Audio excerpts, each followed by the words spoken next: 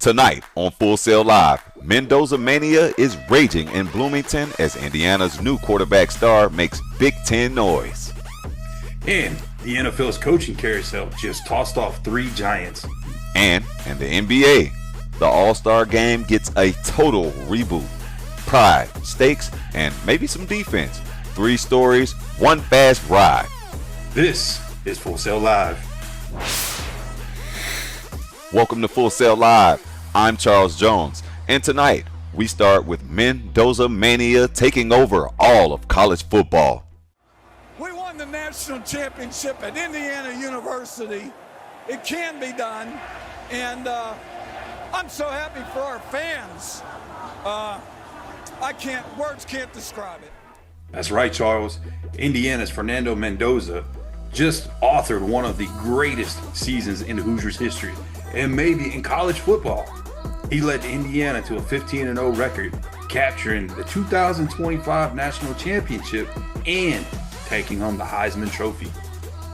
Mendoza finished the season with 4,215 passing yards, 38 touchdowns, and only 5 interceptions, while rushing for 520 yards and 7 more scores.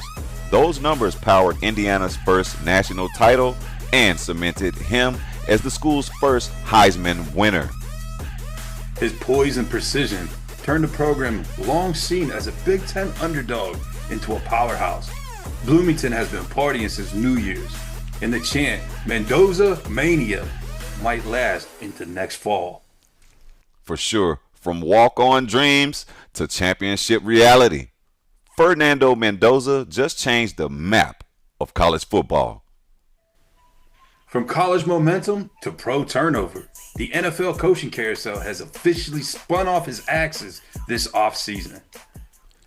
We're here with one mission: to earn the right to be called the world champions in New York.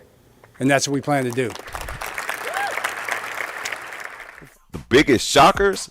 Longtime Ravens head coach John Harbaugh and Steelers legend Mike Tomlin, both out after more than a decade each on the sidelines.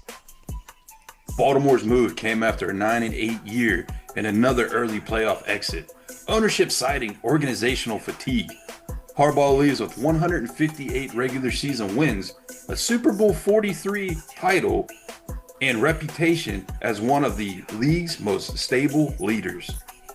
In Pittsburgh, Mike Tomlin's departure ended a remarkable 18-year run without a losing season, but frustration boiled over after finishing 8-9 and missing the playoffs for the second straight year. The Steel City now faces its first genuine rebuild in 2 decades.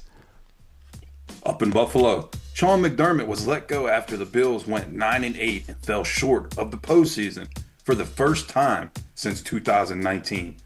Despite a 66-44 career record and 4 division titles, ownership wanted a new voice to maximize Josh Allen's window. Add those to the Atlanta Falcons, who dismissed Raheem Morris and general manager Terry Fontenot after another 8-9 finish despite standout seasons from Bijan Robinson and Kyle Pitts, and you've got veteran coaches flooding the market. All told, 7 franchises have changed leadership since the season has ended.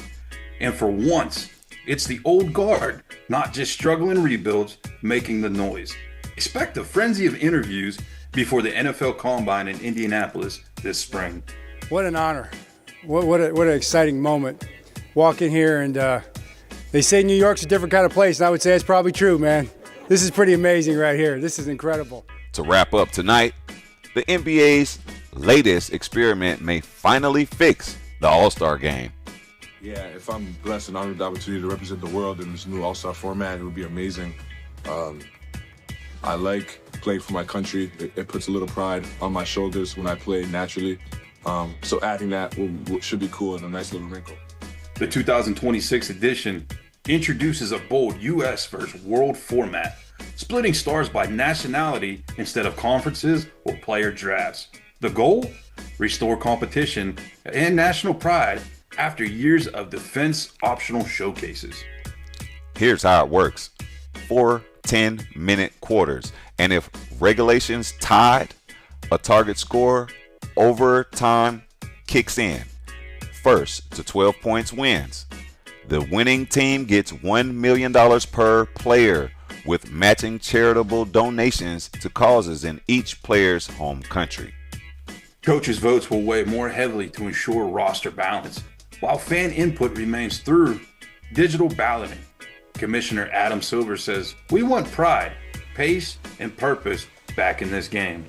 Early feedback from players has been positive, and if it brings back real defense, fans might finally tune in for the action, not the score. That's it for this edition of Full Sail Live. From Mendoza Mania in Bloomington to NFL legend shakeups and NBA's newest twist, it's been a busy week in sports. For Full Sail Live, I'm Charles Jones. And I'm Corin Rumbaugh. We'll see you next time.